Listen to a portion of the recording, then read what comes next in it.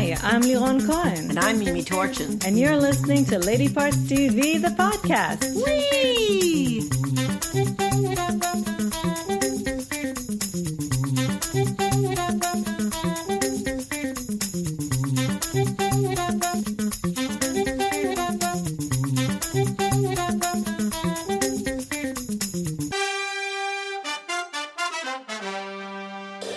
Hi, everybody. Hello. You're gonna have to put up with a little bit of background noise from birds and things because the windows are open. But I can't really call birds noise. Well, you ever. can sometimes. The blue jays. They do scream, and the grackles.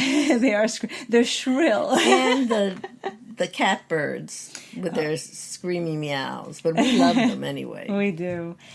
So again, we keep watching older things, and so we don't have that much that we tallied, but we tallied 9 shows, out of which written or co-written by women is 5, which is 55%, and directed by a woman 4, which is 44%. So the key is to count less. Yes, to watch less. To watch less new things. We have some interesting things to talk to you about today. The first is a documentary that I have to admit I didn't really know much about. Many of the movies that we'll tell you about today are premiering, when we're recording it is Friday, today the 24th, so by the time you listen to it, they'll be available for you to watch. And this is premiering today on what's quickly becoming one of my favorite streaming platforms, Kino Marquee. KinoMarquee.com. So KinoMarquee.com, they're virtual cinemas. They are platforming so many wonderful movies, and this is directed by Jero von Boehm, and it's called The Bad and the Beautiful. And Mimi kind of laughed at me that I didn't know who Helmut Newton was. Sorry. But apparently he's a big deal. One of the great photographers of our time. And not only fashion photographers and, his own artistic viewpoint, though he doesn't like to use the word art. Right, but he's an artist, whether he likes the word or not. Yeah. And not only is he one of the best photographers and most well-known photographers of the 20th century, but also he likes to photograph some people that I really like. And he specifically women. And he loves women. He says at one point that men are just props. Yeah.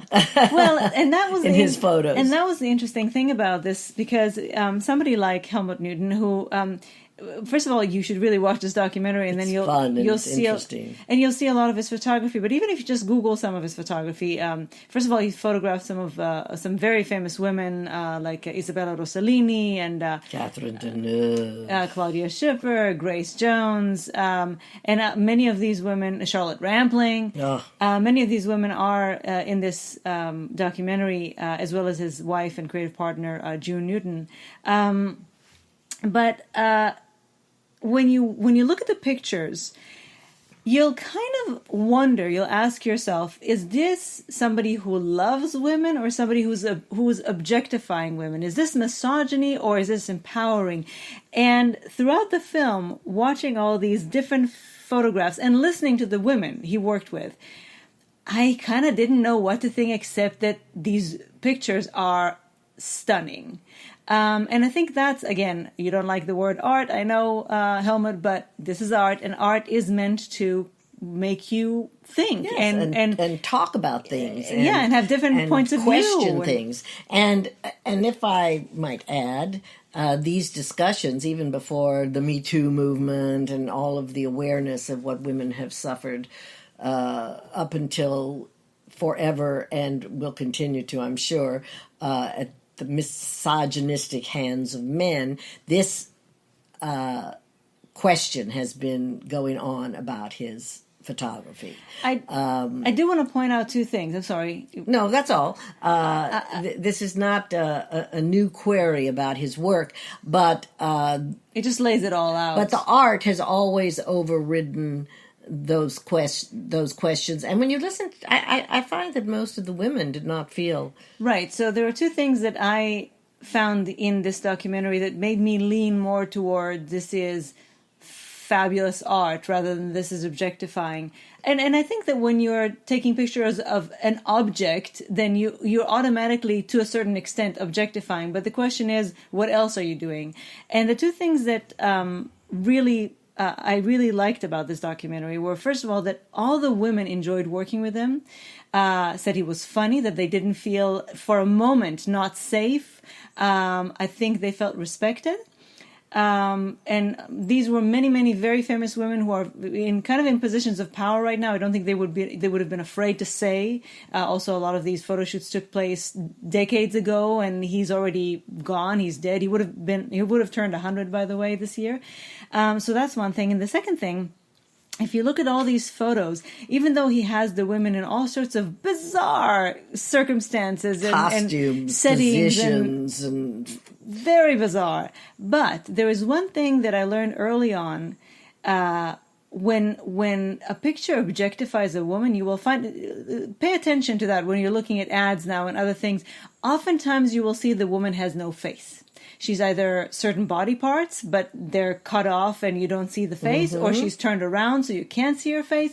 In his pictures, not only do you see, from everything that I saw anyway, most of them, yes. Not only do they show their face, but they are strong. Yes. They're fierce. They're empowered. He kind of doesn't know if he loves them or he's scared of them or both. He probably is both. But you definitely see so much power. To me, those pictures were just stunning and very evocative. Oh, they're magnificent. And his wife, June, had a lot of input into what he did. And I think that if she felt something was slightly off, she would say something. And I think that they were so collaborative that and she was a feminist, definitely, had she felt that he was taking the wrong turn in these photos, she would have objected to it, and I think he would have paid attention. And again, certainly the women that were interviewed did not say for one second that they felt taken advantage of or unsafe in any way. I heard it recently said that art is not always there to show how things should be, but oftentimes it's there to put a mirror up to society and say, this is how things are. How does that make you feel? Mm-hmm. And it's not always idealization. It's realization. Right. And the fact that women are objectified by men is unfortunately a truth that we need sometimes to maybe see and say, oh, that makes me feel uncomfortable. Mm-hmm. Why is that? And then you think, oh, well, then maybe I shouldn't treat women that way, or maybe I shouldn't look at women that way. So, art is not always made to feel to make you feel comfortable. It's to make you aware of things, also in an artistic way, so that you want to look at them. And then when it's like Walker Evans and Dorothea Lange, who photographed the Depression era photos and the Dust Bowl tragedies. They were difficult to look at, but they were beautiful in their sadness and they made you feel devastation, and they made you realize how humanity suffered. The thing is, I think that Helmut Newton, like many men, had a complicated relationship with women and how he felt about them, and it shows in his pictures. He's just a fantastic artist, and that's right. Yeah, it definitely is provocative, and it's meant to make you think. So whatever you end up thinking about it, I think it's worth watching. And it, by the way, was an official selection in the 2020 Tribeca Film Festival. It's both in German and English, so there are some subtitles. It's mostly English. So this is called The Bad and the Beautiful, and we highly, highly recommend it. Kino, Kino, marquee.com. All right. We're going to give you a quick review because these are actually recommendations. So this is things to watch out, not to watch. Yes, this one I hated less than I hated the other one we're going to review. It's called Rental. The Rental. The Rental. It's the directorial debut of Dave Franco, who is... James Franco's brother. Yes, and also co-written by... Franco and Joe Swanberg. And it has a very excellent cast. It's Alison Brie, who I adore, Dan Stevens. Did you hear that? Ooh, I the love foghorn. That sound. You just heard a foghorn. Sorry. Jeremy Allen White and Sheila Vand. And it's a It's about two couples who go away together to a beautiful oceanside retreat, a bed and breakfast, as it were. And It's a horror movie. You can you know take what it from it there. is? It's a slasher movie, and it's not even a very good slasher movie. And there's nothing illuminative about it. Illuminating, perhaps, is the better word. There's nothing new about it except for one thing, and that's not even so new. They're doing it now a lot, and you'll know it when you see it. It's a little scary, but the fact is, I don't care about these people. They weren't very engaging. They weren't very likable.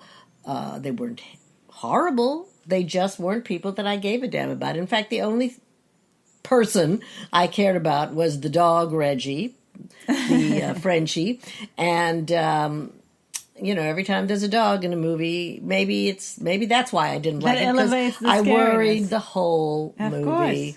what's going to happen to Reggie. So again, garden variety slasher movie. Nothing new to watch here. Move along, folks. So that's The Rental. I'm so sorry, bad review, but it is premiering again Friday, July 24th. So by the time you're listening to this, it's out both in select theaters and on demand. So If you're very, very bored and there's nothing else to watch, go ahead. yeah, it's not like oh my God, stay away from it, but no. it's like nothing new here, folks. So Exactly, nothing to see here. Folks. Move on. On the other hand, On this next one. This also premieres in theaters and on demand Friday, July 24th. Written and directed by a woman, Romola Gare, whose name sounds very familiar to me. I wonder if she was an actress. I think so. Yeah. It's called Amulet. Amulet, and the only person that you'll know is Imelda Staunton, and I think Alex Secarano, who was in some. What did we just watch? But we do have to mention that. Baptiste. But we do have to mention that Imelda Staunton, who is kind of the reason we came to this movie. We said, oh, that sounds good. I love Imelda. Has a Such very tiny role, although quite interesting in its way. I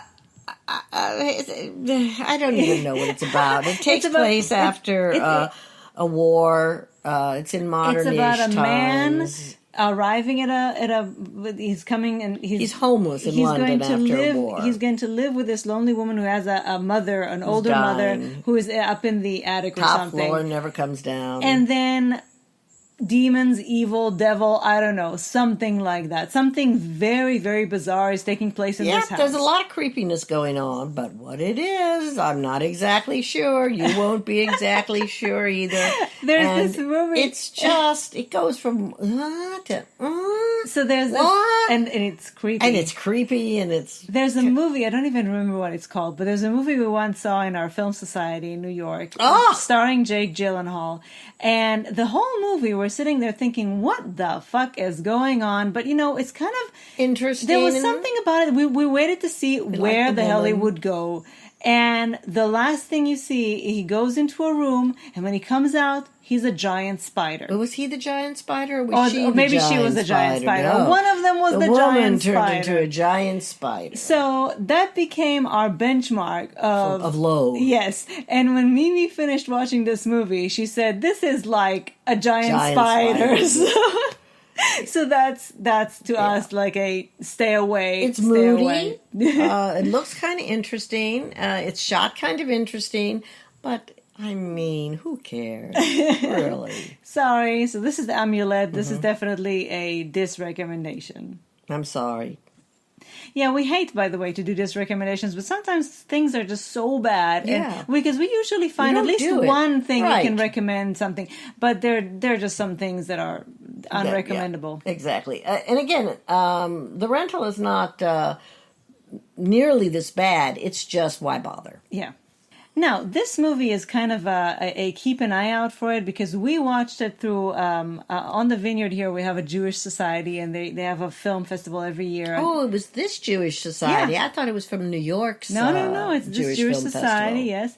And this is a new Hungarian film, which is actually the Hungarian official submission for the Oscars this year, and it's called Those Who Remained, directed by Barnabas Tarth, written by him and Clara Mui, and based on a novel by Zsuzsa F. Varkonil. And I'm sure you're going to remember all of those names right after we finish telling and you it's them. starring a wonderful Abigail Shoki, who is a young girl. And Clara. Yes, and Karoli Hajuk is Aladar. I loved him too. And her aunt Marinaj is Olgi.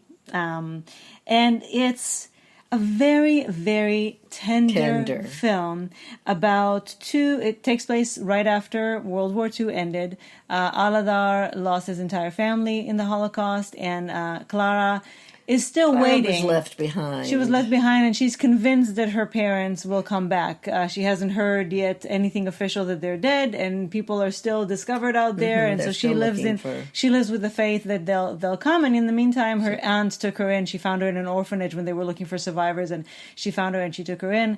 But she's a teenager, a rebellious teenager, who obviously after the war feels a great disillusionment with everything in the world, and he is a doctor, rebellious. Right? And Aladar is a gynecologist. He's a gynecologist. He's a very, very sad man. Obviously, he lost his entire family, and they form a bond. They find that they have a lot more in common than you would think. She's highly intelligent. She is, and he misses having kids, Children. And she misses having her dad. Her dad was also a doctor. And so the aunt kind of allows for it because she sees that she is coming back to life, being around him. And it's just so they share her. Sort of. Yes, it's just a very delicate story about people trying to recover from the most horrific thing you could go through. And in the background, the communists are now coming in. You know, Hungary didn't have much chance to be. Right. And so there's new fears, there's new threat, there's, you just come out of this horrible experience and you can't even breathe for 1 second, a little bit. They're snatching up people as did the Nazis. Informing on others. And it's a very, very, very beautiful movie. I really recommend it. I love the way it's shot. Mm-hmm. And we always love to... It's tender. There's nothing spectacular happens. No, it's just about people trying to find comfort in a very, very dark world. And it's well acted, very well acted. It's just beautiful. Yeah, I loved Watch it. Those Who Remained, again, keep an eye out for it because I believe that more and more it will be available to stream online now that that's how we release films. Now, finally, we just want to talk about a couple of shows. We've already talked about. Right. So we haven't talked about the new season of Ozark, but we are going to talk about it now because we finally finished it. It took us a little while to get through it because the beginning of it was, to me... slow and repetitive. Again, these days have a very low threshold. And I was just talking to Mimi about the fact that I miss my shows. On a normal night, we would be watching kind of a mixed bag. A couple of medical shows, a drama like a This Is Us. There's a variety of things. And then there is the SVU, there's the dark shows. But there would be a little bit of a balance. And now that we don't have our shows, we find that a lot of the stuff that's out there and that we find attracted to is dark. Right, it's very dark. Mostly procedurals, cop shows. But when it's the dark, or when it's the British kind or stuff, then it's like a serial procedural sort of, like, because it's 6 episodes, but it's all about the same case. But a lot of it is about mystery and murder and so, missing children. And so when we started Ozark, and Ozark is a very violent show. It's just a very violent show. At the beginning, always, I guess they try to either wow us with violence or they just try to establish a certain level of, what's at stake. So the first couple of episodes to me were, I just couldn't bear them.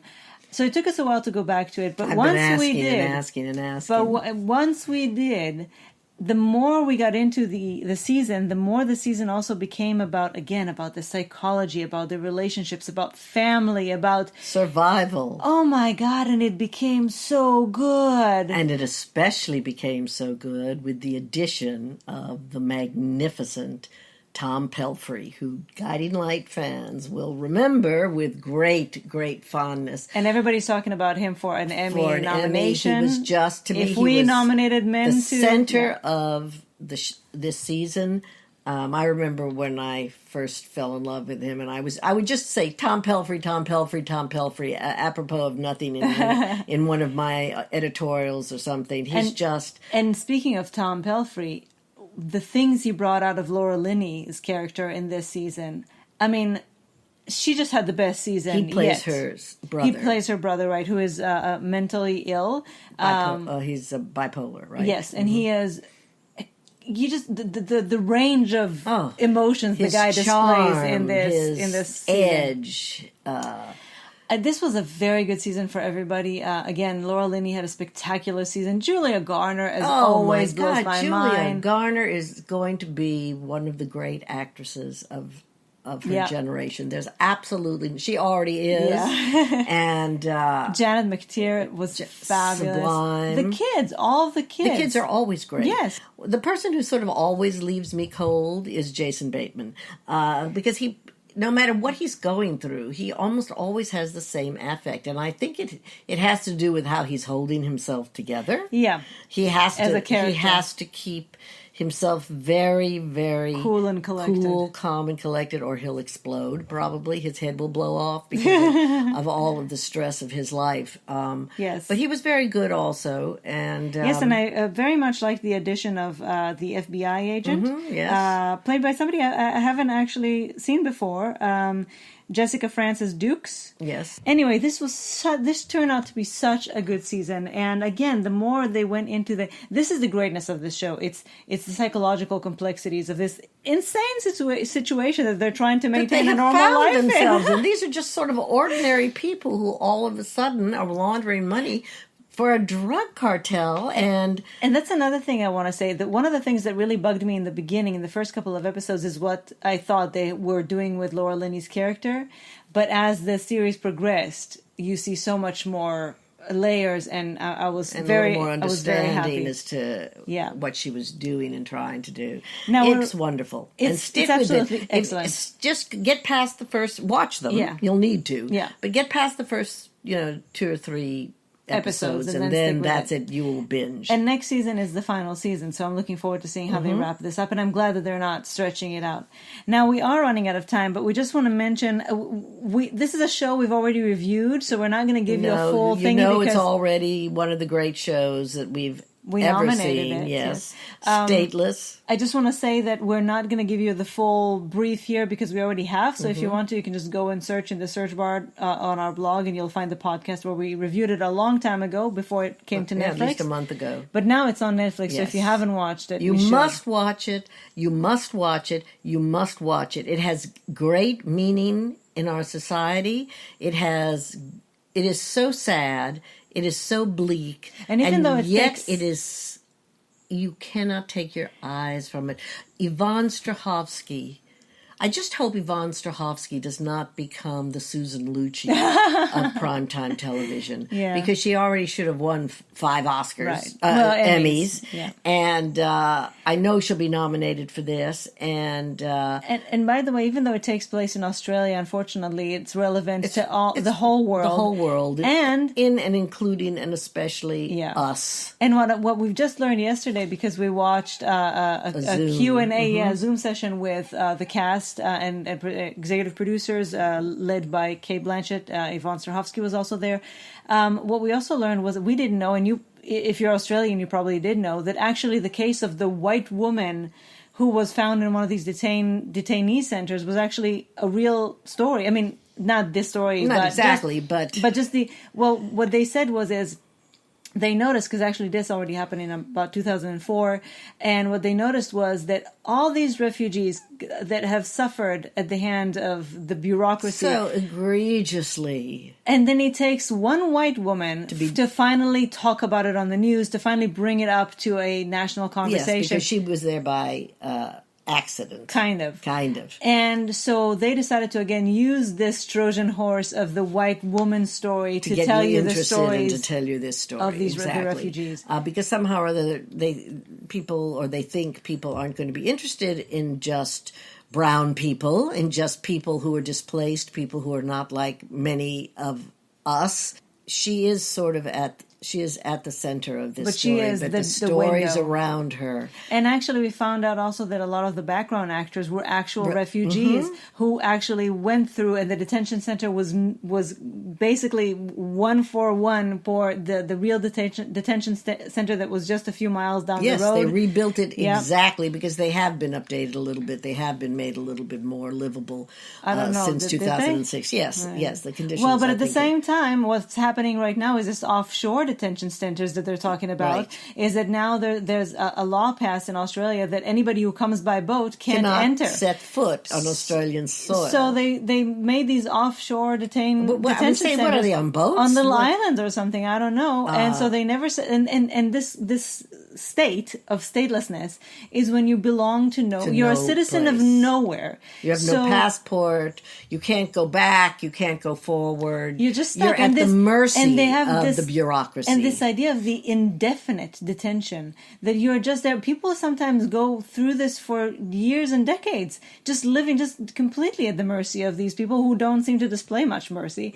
And even if the thing, again, I know we're not supposed to be talking about this, but Jai Courtney, who plays a guard, his story is very fascinating because it shows not only how dehumanizing it is to be a detainee, but what being a guard, what being someone who works in that system, what it does to your soul. Right.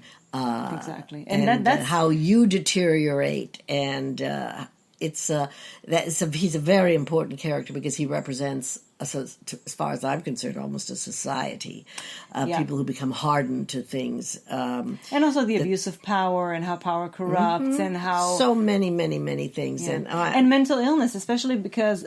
mental illness is a huge part of this. Right, and the interesting thing to me about mental illness in this condition is that... the character of Yvonne Strahovski, who arrives already at this place having been broken, she started off in a mental state that was somewhat fragile, and then she goes through this cult led by Cate Blanchett, and they really further fracture her psyche, and then she gets to this detainee center, and then she really loses it. But to me, what's so fascinating is that she goes through all this, and I would expect every single person who has to experience living like that to break psychologically, and most of them do not. I mean, it leaves a trauma because also don't forget they've arrived there because they had already experienced trauma. Yes. They wouldn't have been willing to go on this journey if they hadn't been escaping something so horrible to begin with. So it just blows me away to think about how we treat people. All over the world. Yeah. In supposedly civilized countries. And in the times when people need us the most. I mean, these are not rich people who just decided, I just want to change the scenery. These are people who are escaping horrific lives. Yes. And instead of opening our arms and saying, this will all be better for this, what do? We treat them even worse. Yes. And it's also about awful. Family, what people sacrifice for each other, and what people don't sacrifice for each other. Marta Dusseldorp plays Yvonne Strahovski's sister, who, if not for her, probably she would have just gotten lost in the system. Yeah. So it has so many levels and so many layers, and you will not have fun, and you will not laugh, but you will be better, and you will be haunted by it. But it is you must see it. It is brilliant and it is necessary. And I want to end on this note. Apparently, the team of Stateless said that a lot of what they're getting, a lot of the responses that they're getting are questions on what can I do to help. And as Cate Blanchett reminded us on the Q&A yesterday, the first thing you can do to help, and the most important thing you can do to help, is vote. Use your vote to empower representatives and leaders who will do the right thing. Exactly. Who won't put children in cages or won't put people in privatized, a lot. That's the other thing, privatization. Or who won't send federal agents to grab people into unmarked cars and things like that. Peacefully protesting. I'm sure you get our drift. Mm-hmm. So, on that note, we're so over the time, but we had to talk to you about all of this stuff. And I know we weren't going to were just going to give it a glossing over, but there's no way you can gloss over. And I hope that we gave you some insight. That some of you did not get to watch the Q&A yesterday, and I hope we gave you some insight. Furthermore, to enrich your experience of watching it, whether you've watched it already or are going to watch it. So that's Stateless. It's on Netflix right now, and with that, we will be back next week. Thank you for joining us. Have a good, safe week. Have a good, safe week. Wear your mask and social do distance. Good. And try to enjoy your life. Watch television. Bye. Bye.